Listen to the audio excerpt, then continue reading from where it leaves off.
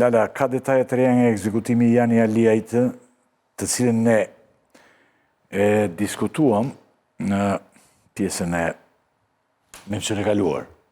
Gjerësisht e diskutuam, por duket se ka të dhëna të reja. Çfarë keni mësuar ju?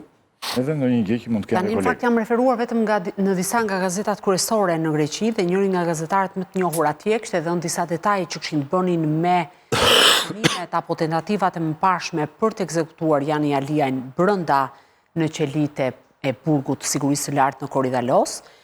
Disa kohë më parë, sipas raportimeve të mediave greke, ai ishte dërguar jo në sektorin ku do duhet në fakt të qëndronte dhe të vuante dënimin, por ishte transferuar në sektorin ku mbaheshin të dënuar edhe të paraburgosura gratë, me qëllim për t'ju shmangur një rreziku të mundshëm dhe potencial për jetën, dhe ndërkohë, në mënyrë të paqartë, raportojnë mediat greke, është transferuar më pas në sektorin e meshkujve, ku 2 muaj më parë ka patur një tentativë tjetër për ta vrarë.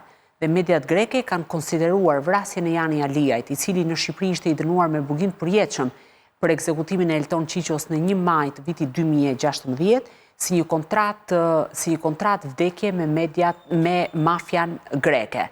Sepse me sa duket, autoritetet atje janë duke jetuar kryesisht në konflikte që Jani Aliaj kishte me grupe kriminale në Greqi dhe duket sikur është me largët një hakmarrje nga grupet kriminale shqiptare apo nga problematikat që ai kishte në vendin tonë. Megjithatë, autoritetet greke, në informacionet që nga marrë ditën e sotme pranë zyrtarëve të policisë së shtetit, sigurisht kanë kërkuar të dhëna dhe informacion lidhur me aq sa mund të ketë brenda vendit për të hetuar në lidhje me këtë rast. Ne kemi shpjeguar në fakt edhe herën e parë dhe në një farë mënyrë unë bie dakord, edhe pse nuk arrita do ta thoja se isha në lidhje direkte me Sokolin, kur tha që burgu Korydallos është një burg i cili në fakt është lënë nën kontrollin e vetë grupimeve brenda grupit dhe ka patur shpeshherë, sidomos në raport me shqiptarët, ka patur vrasje apo ekzekutime të rënda, por edhe keqtrajtim të dënuarve shqiptarë atje. Çfarë mbetet e paqartë lidhet pikërisht me faktin që Jani Aliaj, pra hetimi atje, që lidhet kryesisht me funksionimin e burgut, me zyrtarët e tjerë me radhë, lidhet pikërisht me një moment. A janë marrë masat nga autoritetet greke për të parandaluar këtë ngjarje? Mediat greke ngrenë pikpyetje në lidhje me këtë pjesë dhe thonë që autoritetet nuk kanë marrë sa duhet masa për të mbrojtur jetën e këtij të burgosurit, por edhe të burgosurve të tjerë, sepse duhet kemi parasysh që njëti person i cili vrau në burg Jani Aliajn ka vrarë më herët një tjetër shqiptar, Artur Bashimi, që po ashtu ishte nga Gjirokastra dhe ishte i përfshirë në një vrasje të një avokati në shtetin grek. Kështu që në këtë aspekt, gjithë diskutimi që po shtrohet në Greqi nuk ka të bëjmë në vetvete me viktimin Jani Aliaj, sepse normalisht ai ishte i dënuar pra i arrestuar për llogari të Shqipërisë, ishte arratisur më herët, por që problemi më të madh kishte me Shqipërinë, po ka të bëjë me mënyrën se si funksionojnë ose më saktë se si administrohet gjithë ky burg i sigurisë lartë, që në fakt është më problematikët atje. Megjithatë, për momentin, pala shqiptare është duke shkëmbyer informacion për të parë nëse ekziston ose ka të dhëna që mund të ketë një ekzekutim të urdhëruar nga grupe kriminale shqiptare. Këto janë dhënat më të reja që janë kryesisht të bazuara tek raportimet e mediave serioze greke, që të paktën në gjitha rastet që unë i kam konfirmuar më pas, kanë qenë të dhënat të cilat më kanë rezultuar të sakta. Pra, i gjithë kjo se i lexova dhe unë ato mediat sot greke, e gjithë historia është e tillë që këta kanë pas autoritetet policore apo të burgjeve aty që këtë duan ta vrasin. E kanë patur dhënat. Kanë pas dhënat të sakta, të plota, sepse janë futur për ta vrarë, por nuk e kanë gjetur. Ishte fshehur në një qeli tjetër.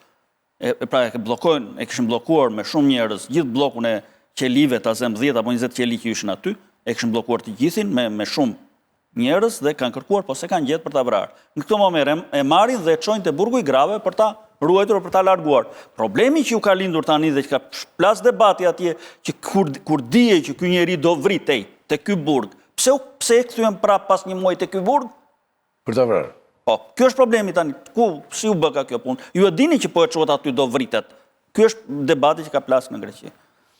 Ka një gjë, po kërkohet hetim mbi autoritetet e burgjeve, sepse gjithmonë për Korydallosin kërkohen hetime të tilla, është burgu më problematik në absolutisht që gardianët e burgjeve nuk janë të korruptuar vetëm në Shqipëri, janë pothuajse në gjithë botën, kudo pagat e tyre janë të vogla dhe kjo lë vend për korrupsion.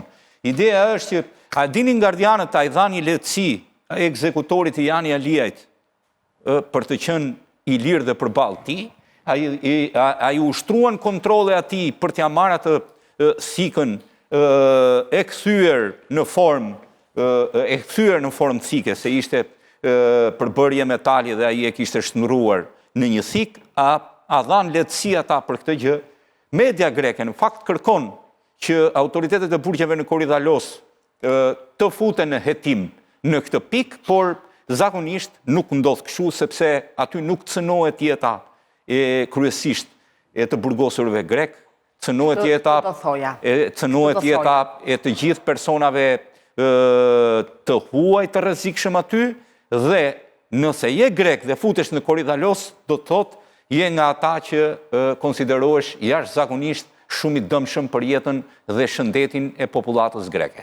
Unë do them vetëm një fali, zoti Rakipi. Autoritetet shqiptare asnjëherë nuk kanë patur një reagim të shpejtë dhe një reagim që me thënë të drejtën do duhet të kishte një ose më saktë, do duhet të ngrejnë zërin në raport me ato çfarë po ndodh në burgjet greke me shqiptarët, sepse nuk është hera e parë. Mbani mend Ilia Karelin, e vran dhe i hoqën zemrën brenda burgut, e torturuan në mënyrë makabre. Ne kemi shumë të rinj të cilët kanë ndruar në jetën në burgje në Greqi apo janë vrarë dhe asnjëherë nuk është mësuar e vërteta se si ka ndodhur ngjarja.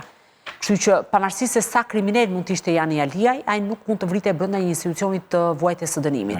Dhe do thotë që autoritetet shqiptare nuk mund ta barazojnë jetën e një qytetari shqiptar me asgjë, por do duhet të kërkojnë llogari nga autoritetet greke që ngjarje të tilla të mos përsëriten, ose nëse ka të tilla, personat që janë përgjegjës të marrin ndëshkimin e merituar. Ka vetëm një fjali të shqiptarët kanë vrarë në një nga këto raste, 2 gardian kanë humbur jetën në 30 vitet e fundit në Greqi, një prej tyre ka vrarë një shqiptar. Dhe në çdo lloj burgu grek të futesh, foto e gardianit të vrarë nga shqiptari është e para. Dhe kjo tregon që gardianët e rinj, sa herë që vinë një racizëm i shfrenuar. E kanë racizmin brenda pikës së vrasjes së gardianit i të nderuar të shikues, unë besoj që kjo ishte pjesa e parë që ne kishim përgatitur për ju për mbrëmjen e sotme. Në pjesën e dytë ne do kalojmë në ngjarje plot, siç u thash unë fillim fare ju, domethënë Shqipëria tani ka një dashuri jashtëzakonisht madhe Ferdinand për bordin, është bërë një bordi Trumpit, po Ivanka një kohë. Më duket sikur e ka Rama këtë gëzimin marrë shqiptar. Shumë të madh, po të gjithë shqiptarët, po veçanërisht Edi Rama, sigurisht, erdhi dhe vajza e Trumpit në drejtet tonë.